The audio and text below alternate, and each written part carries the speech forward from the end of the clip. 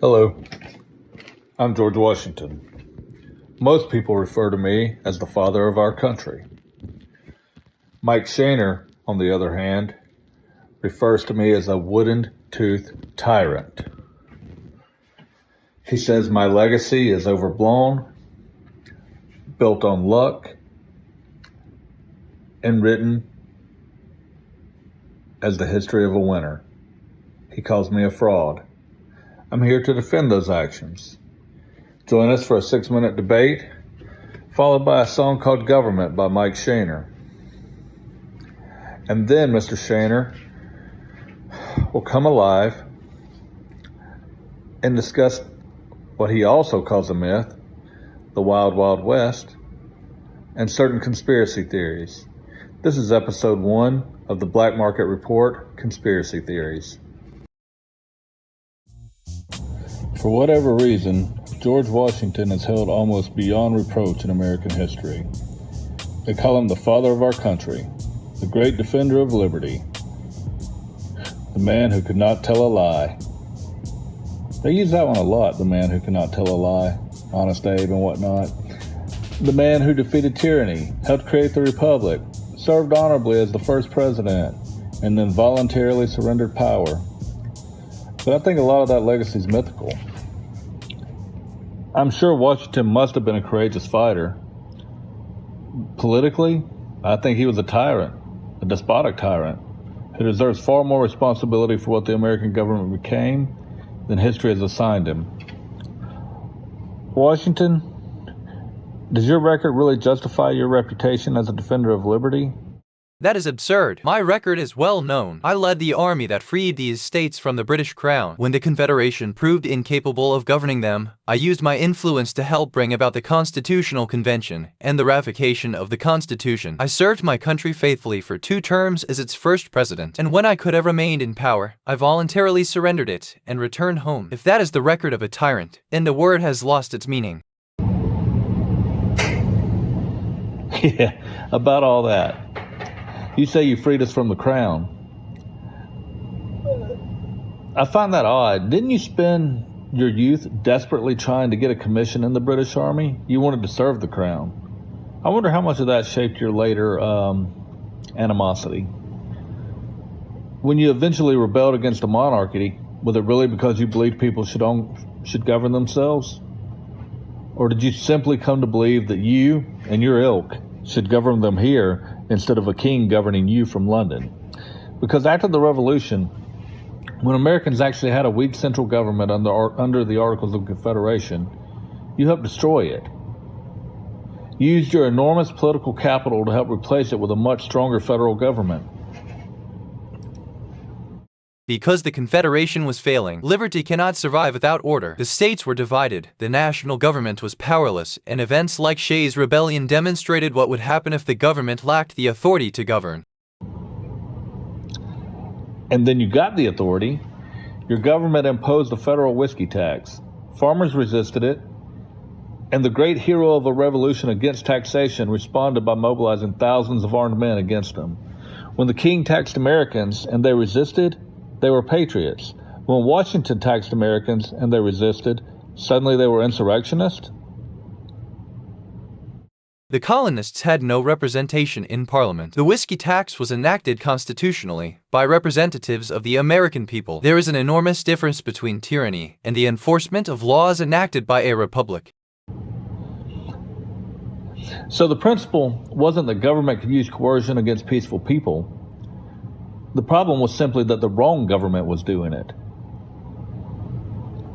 Your army was much, much, much larger than the British army you fought.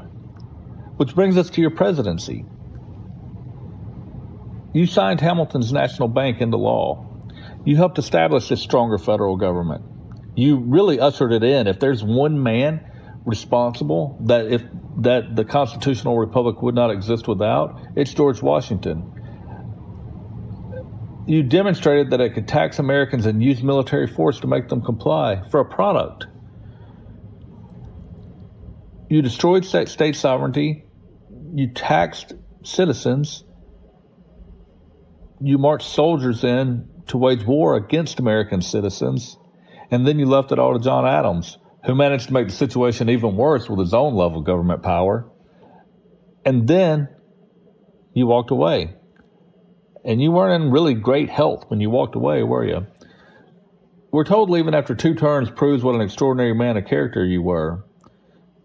But you actually died just over 2 years later. You were exhausted. Your health was declining. The political situation was becoming increasingly ugly. France, England, the Treasury. Would a young George Washington have voluntarily walked away from the power 20 or 30 years earlier? Because nothing in your life's work gives me much reason to believe you would have. You spent your youth trying to serve the crown. You spent years wielding military power. You helped destroy the Confederation because its central government wasn't powerful enough. You helped construct its more powerful replacement. You're responsible for its more powerful replacement. And when Americans resisted that government's taxes, you marched an army against them. Had you stayed another term and personally inherited the consequences Adams inherited, I think there's more than a possibility that George Washington wouldn't be remembered as the untouchable father of the country. He probably would have left office in disgrace. So maybe Washington's greatest political accomplishment wasn't defending liberty. Maybe it was leaving after 2 terms, but not for the reason you're given credit. Nothing to say, Woodtooth? Okay, then. With a banning books and bombing babies, it's been the same throughout time. They use fear to keep you in line. I don't guess I'll ever understand. Some people believe in government, and the empire will expand. They said the red man was a terrorist, so they could wipe him out and expand the empire west. And everyone is fat and happy, smiling at their grand experiment. They say time has passed the test. Then they enslaved the southern states midway through the war. They said it was to free the slaves. That was 150 years ago. They're still dancing on those graves. Burn the people and pass a law, making fools of us all. Incorporate the government, kill the farmer and touch his land. But the empire must expand. Tax the rich and tax the poor. Feed the starving man a filthy crumb, then go out and steal some more. Turning people against people based on the color of our skin. Keep us divided so we can't win. Some people believe in government. Some people believe in government. There was a war on whiskey, now there's a war on drugs. How many more need to die to break the monopoly of supply? One says red and one says blue. It's just another way to divide me and you. What they can't steal, they'll just print. Call it Republican, call it Democrat. The empire will expand. We need them laws to keep us safe. Those bad guys, they need to be caught. One got drunk and one sold pot. You better put them in a cage. Some people believe in government.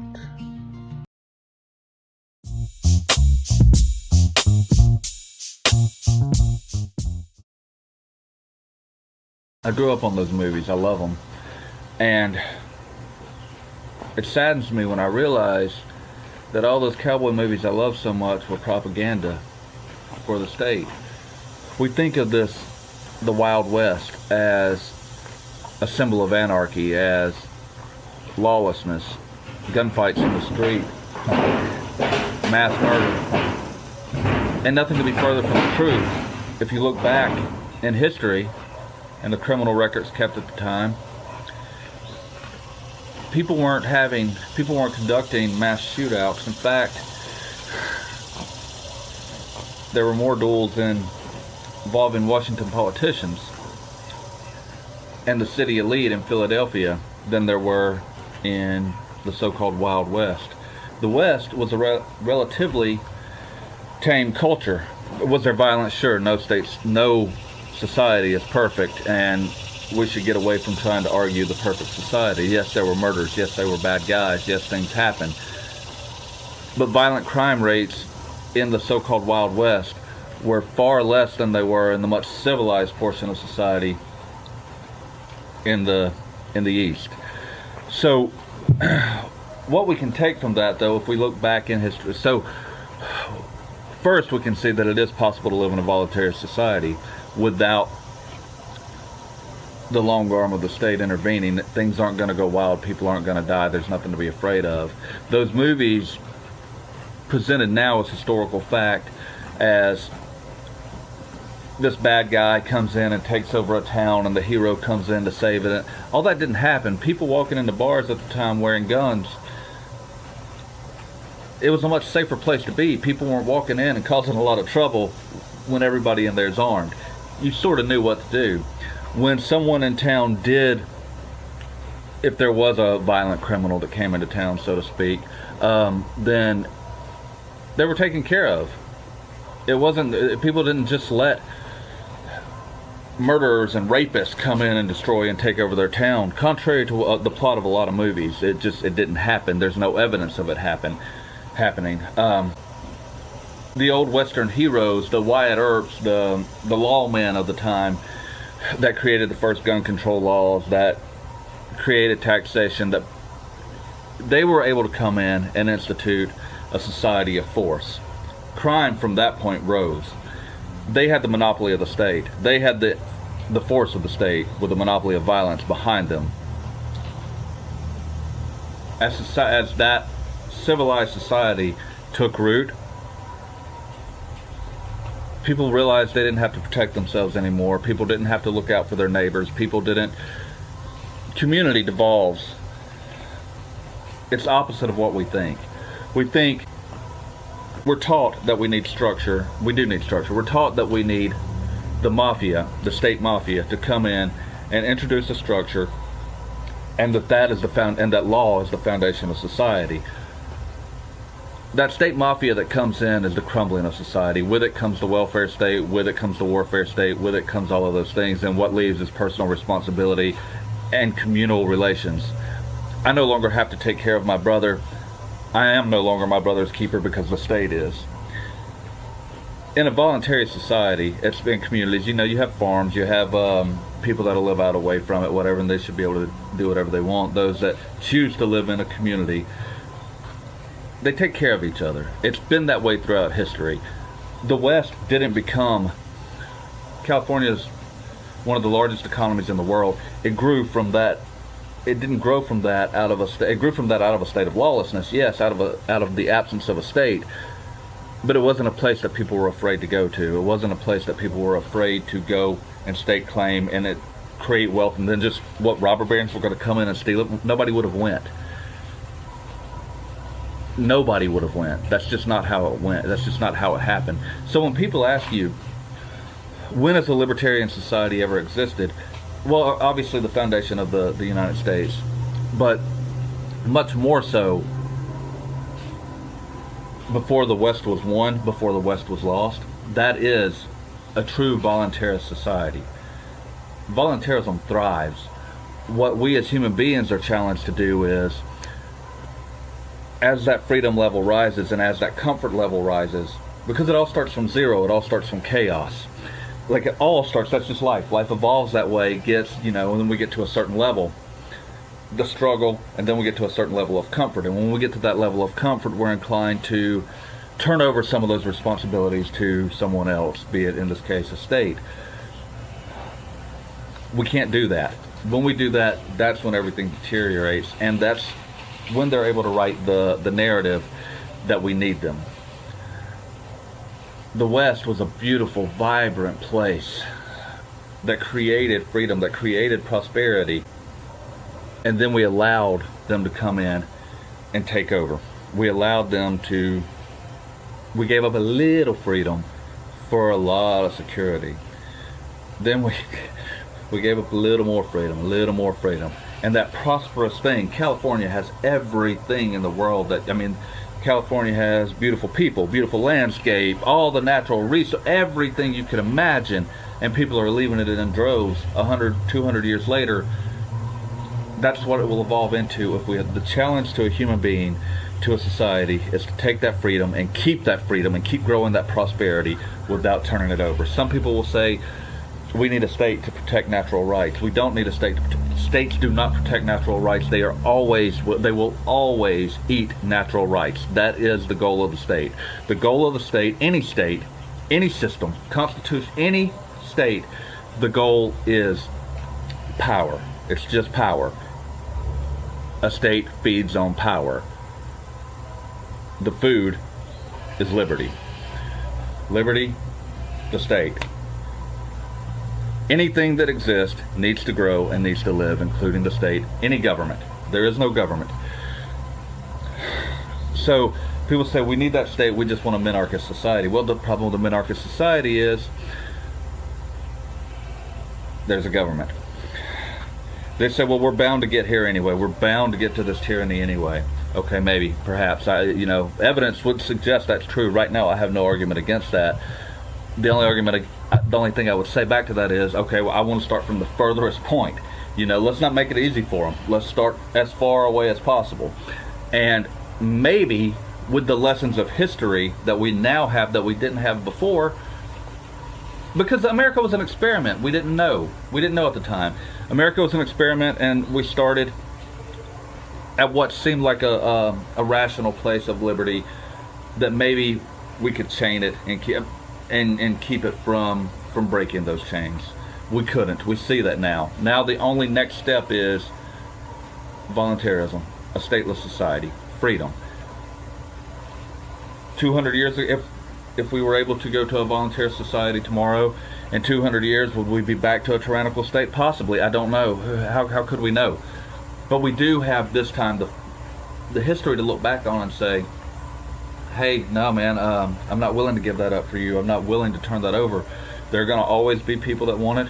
There are always going to be people who are lazy, who want the state to take care of them. And they should be able to go live in a state. They just shouldn't be able to impose it on us. It's up to us to first create that state, and then to teach our children, and to teach our children how important it is to teach their children, to teach their children, to teach their children, to keep a free society. Anyway, my first video. Every shirt tells a story. At Black Market Cattle Company, every design starts as an essay, an argument for liberty, and ends as a conversation you wear. Good ideas don't require force. They just need someone bold enough to bring them up. Wear the revolution. BlackMarketCattle.com. And I wish I hadn't have. After the Ron Paul campaigns, after the 2012 campaign, and after Rand came out and wasn't exactly what I wanted him to be, and anyway, I got burned out and I got out of politics. I just got completely out of politics. I wish I hadn't have, man. I wish I hadn't have, because just for selfish reasons, if I'd have known the explosion of what was coming next, I had a fairly decent following. Some of you may remember. I think I'd be all right now, but things happen how they're supposed to, and I deleted everything. Deleted anything that had to do with politics. I had, the limit on Facebook. I had, my Facebook page was just massive. And I deleted all of that. I was a political columnist for the Los Angeles Examiner. I deleted all of everything. It was all gone. And but anyway, I wrote. So I'm telling you that to tell you why I can't find this article, but I did write it. And it was around the time when they were debating Obamacare. And I talked about the importance of defeating Obamacare, because when someone gives you something, there are strings attached. If you live in my house, you go by my rules. If I pay for your health care, you don't smoke. And that's sort of what I think it was about then. If you don't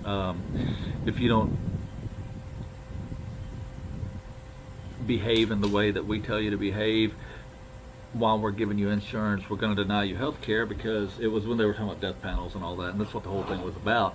Well, now we're looking at a whole different thing with vaccine passports, and I wish that I had the article, and it's worth mentioning, and it's just worth mentioning in passing for right now, but be careful, or just keep an eye out, because soon I think they're going to be saying, I think there's a possibility they're going to tell you they're not going to, because they're already talking about they don't want you to get health care if you don't have the vaccine. I think pretty soon they're going to pull your insurance, or they're going to pay for your health care. They're going to make it so they can deny you health care if you don't get the insurance. I mean, if you don't get the vaccine, and I think that's important to keep an eye on. So,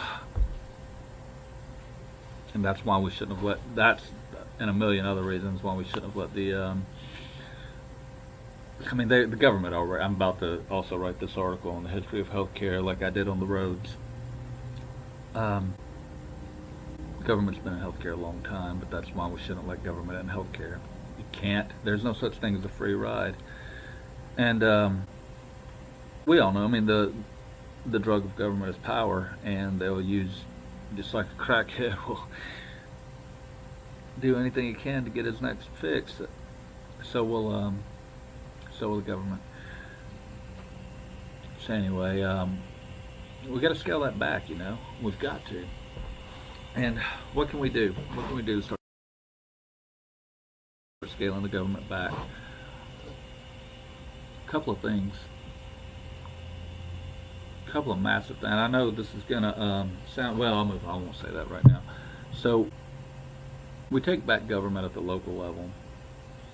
If we take back government at the local level, we can prevent the federal level. If we own the local and we can refuse the federal influence, it makes life a lot easier. One thing we can do is overwhelm the system. So don't plead guilty when you get a speeding ticket. Don't just pay the fine. Go to court. Make them spend the money and the resources. There's a lot of, and there are many benefits to that. Most of the time you're going to win. Most of the time you're going to end up not paying the speeding ticket or the no seatbelt ticket or whatever it is, because the cop doesn't show up. They're going to offer you a deal. Don't take the deal. If you've done something non-violent, a victimless crime, no crime, don't be a revenue. Plead not guilty. Tell all your friends to plead not guilty. Eventually, they'll stop doing it. They'll start focusing on crimes where there's an actual victim. We can all say, let's stop paying our taxes, but who wants to be the first one to stop paying taxes, right? You go to prison. And I get it. I'm at the extreme end on that, but I get why everybody isn't willing to walk in lockstep with me. But things like not just pleading guilty and paying a fine because it's easy, you can be the first one on that. You don't have to have the crowd to go along with you. You don't have to do that in numbers. That's something you can do. And if you tell everybody and then we start doing it in numbers, so if you just do it by yourself, it's going to benefit you because you're going to win. Even if you don't win, the worst thing that's going to happen is you pay your speeding ticket, but you're going to win. You're always going to win. 9 times out of 10. I've gotten 3 speeding tickets over the past year. I haven't paid for one of them. None of them are on my record. And just never plead guilty. Never plead guilty. Never pay the fine. Never give those son of a bitches $1. Don't feed the revenue. Don't. Eventually, if we're all in there, if they're spending all their time trying to prosecute traffic cases and jaywalking tickets and all this bullshit, then they're going to quit. It's not worth it. They do it because it's easy money. They'll quit harassing us. Another thing. So you pled not guilty. Good. Now meet the shirt that does the arguing for you, the Ask Me About Jury Nullification Ringer T. Because the most important right you have is the one they never tell you about. One customer says it even got him a date. Do business with libertarians, man. So, my company is for libertarians in your community. I'm sure there's a libertarian lawn service out there. If you're going to pay somebody to cut your grass, give it to somebody who's going to put it back in the community. This stuff's important. It's real important. It's important that we build a community and we work together. So, another thing I think is important is I know a lot of real smart guys, like really smart guys, maybe too smart, and gals. I say guys, and but we focus on, some of you focus on the conspiracy theories, and that's fine in the circles, whatever. But putting that out there, like, I don't care what shape the Earth is. I believe it's a globe. There's no reason. I mean, if it's not, though, like, let's say the Earth was flat. Nobody believes. Let's say it was. I'm using this one because it's easy pickings. Let's say it was flat. Who cares? Who gives really? What benefit? How, if I found out right now that the Earth was a triangle, my life would not change. Like, not a lick. It would yours? Like, oh, okay, well, damn, it's a triangle. It wouldn't change. So, even if you're right, even if I'm wrong and you're right, and the Earth is flat, and who cares? What you've done is, by going out there and spouting this, is you might get one or two people to listen to you about your conspiracy, but everybody else that heard it thinks you're a nut. The government does things that are undisputable, that are fact, that nobody can say, that's not true, I don't believe that. The government commits so many horrifying atrocities on humanity that are legitimate, verifiable things that they don't dispute, that they won't argue with, that you can say, look, and focus on those things. Focus on what they're actually doing. Focus on in the wars, in the Fed. Once we get there,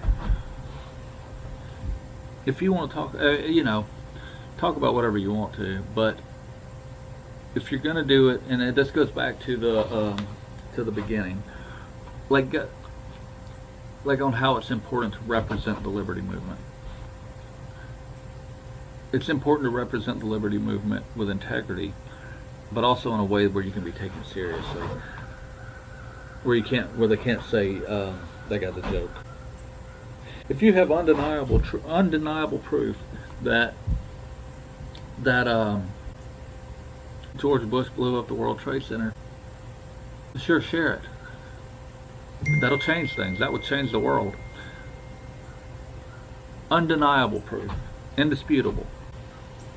But I do whatever you want to. But if you go around spouting conspiracy theories, when it comes time for the public to hear you, they're not going to listen. Ron Paul didn't go around talking about the conspiracy theories. We say Ron Paul because Ron Paul is the liberty movement. He is the person that brought all. Without Ron Paul, we're maybe 100 guys scattered across the country. Ron Paul is the most successful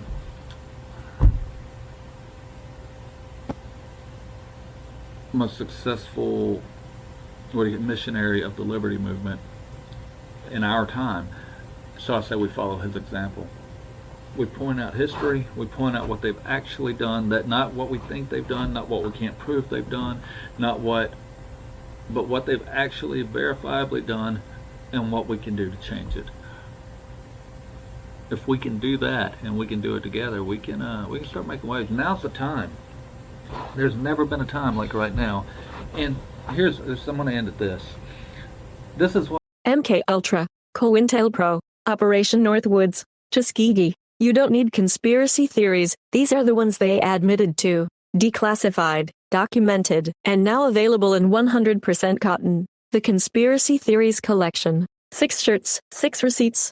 blackmarketcattle.com. I think is I get a certain pleasure from with the left, the left right now. The whites, the pearl clutchers, the white saviors, who are out to crucify everything and everybody is racist. And now these same people are the ones who are trying to enact the COVID passports. And tell us that we shouldn't go to, we should be allowed to go to restaurants, and we shouldn't be allowed to go to concerts unless we have the vaccine. The largest percentage of people who refuse the vaccine are minorities, specifically African American. I believe 73% is the last number I was saying. That number changes, but they by far the highest demographic. I find it interesting that, and this is what we should be pushing. All that other stuff, the LNC, they're doing all this nonsense with Harlow's, and what they should have been doing is fighting COVID and using COVID as an example, as an attempt to bring people into the movement. Because right now we have an unprecedented opportunity to bring underrepresented people into the liberty movement. Because you have these pearl clutchers, you have these white saviors walking around now telling people that if they don't get the vaccine, they should be segregated from society. And when it's pointed out to them that blacks are the largest people, the largest representation of the largest demographic that doesn't have the vaccine, and that they're in effect literally calling for black people to be segregated unless they take an injection to make white people feel more safe. Think about that. Think about that. They're literally saying,